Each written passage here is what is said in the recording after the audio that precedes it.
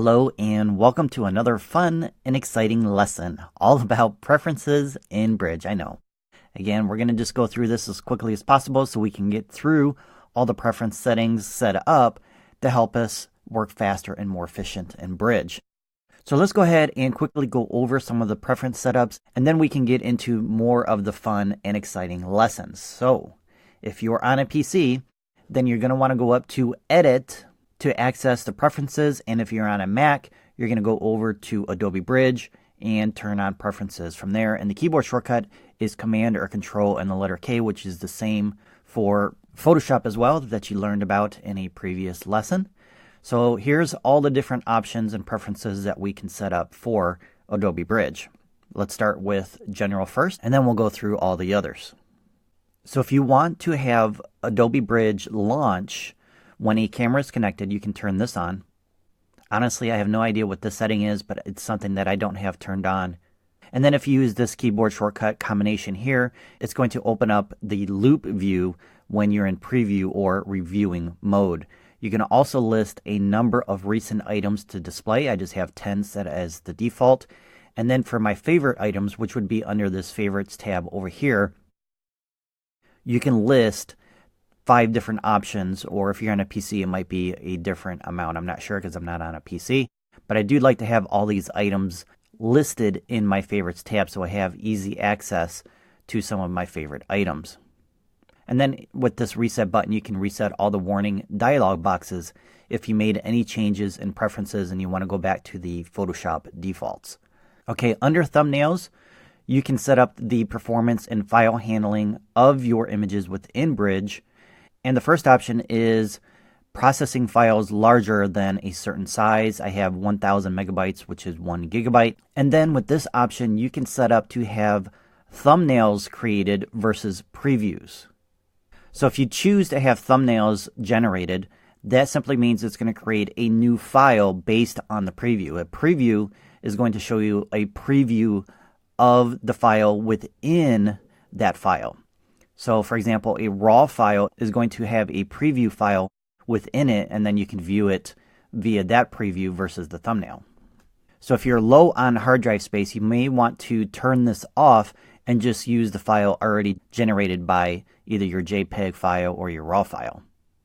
Now underneath the thumbnails or the preview images, we have some information. We have the image file, we have the resolution and the size of the file, and you can add some additional information with these options here, and you can also choose from other options within the drop-down menus as well. So you can show or hide as much information about that file as you want within the preview interface right here. And then if you want to show tooltips, you can turn this on. And then we have playback. And this has to do with your audio and video files that you're viewing within Bridge. And you can set some default options for those types of files from here as well. Next, we have metadata, and this will simply allow you to choose what to show and what to hide within the metadata frame over here to the right. And then you have some options for keywords as well. You can set it up to automatically apply parent keywords. So, for example, let's go ahead and get out of this and go over here. You could have a Lightroom keyword, and then that would be the parent keyword for all the keywords within it. So right here we have a subcategory of presets.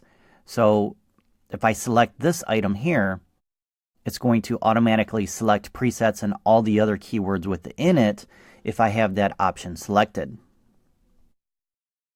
So if I turn this on here, once I select Lightroom, it's automatically going to select presets and any other keywords in there as well.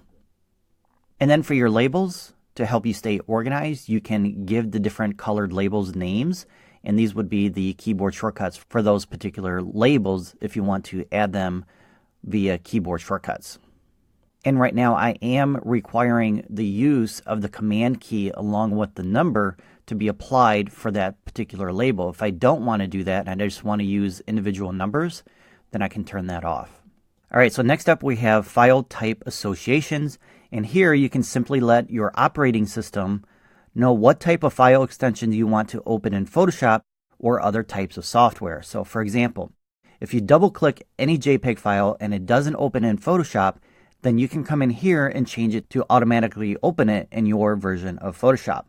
But I showed you how to do that in a previous lesson as well, which is to right-click on the image and then select the software from that pop-up window, and that will set it up within the system to automatically open it in Photoshop or another software program of your choice. So there's really no need to come in here and do it. All right, so next we have cache. And from here, you can choose whether or not you want to view 100% previews in cache, and we can automatically export caches to folders. Now, personally, I prefer to have the first option selected, and I'll leave the second one unchecked.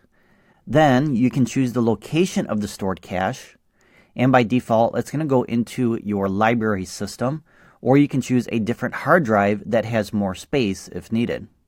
Under Manage, you have a few different options that you need to decide on as well. The first one is the cache size. So you need to let Adobe Bridge know the maximum number of items to store. A higher number improves performance, but it's going to take up more hard drive space. So if you have a lot of hard drive space, you can increase the cache size to help improve performance. If you're limited on hard drive space, then you're going to want to select something smaller. Next, we have Compact Cache.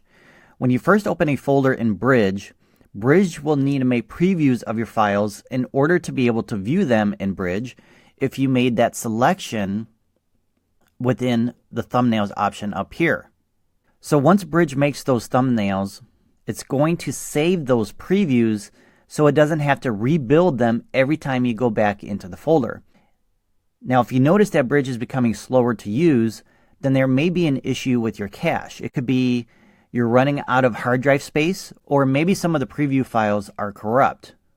Or maybe you have some previews that are very old and you no longer need them because maybe you deleted the original files. So you can use Compact Cache to optimize the cache and improve performance. Now, if you decide you want to remove all the cache, you can use the Purge Cache button to delete all the previews. Just keep in mind, when you go back into any of those folders within Bridge, Bridge is going to need to remake those thumbnails all over again. So since it does take time for Bridge to make those previews, use this button with caution. All right, next we have some startup scripts. And by default, all the Adobe programs that you have installed on your computer should automatically be checked. This will allow Bridge to communicate with all the different programs.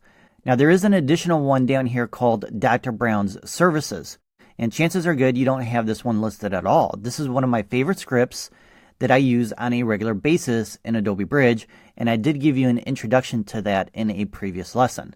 So the Dr. Brown script, if you didn't watch that particular lesson, allows me to batch process a folder of images to either resize my photos, run a particular action, and gives me more control than the feature in Adobe Bridge. And we're going to talk more about this particular script in more detail in an upcoming lesson. All right, just a few more items to go over. We have an advanced section, and you can set it up to use software rendering, which disables hardware acceleration for the preview panel in the slideshows. And then you can generate monitor size previews, and that's going to create a preview based on the resolution of your monitor. You can also request to have Bridge load up at login. So once you restart your system, it will also load Bridge automatically.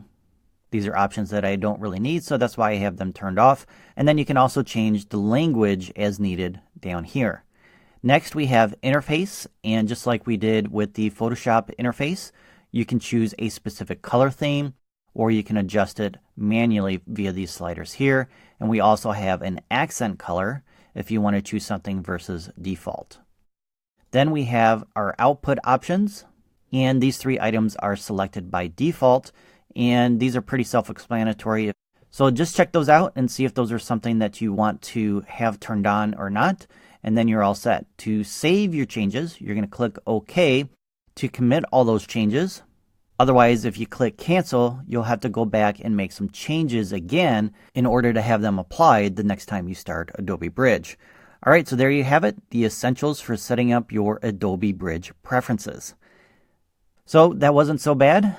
Now that we have that over, we can go ahead and get started with some more fun stuff with Adobe Bridge.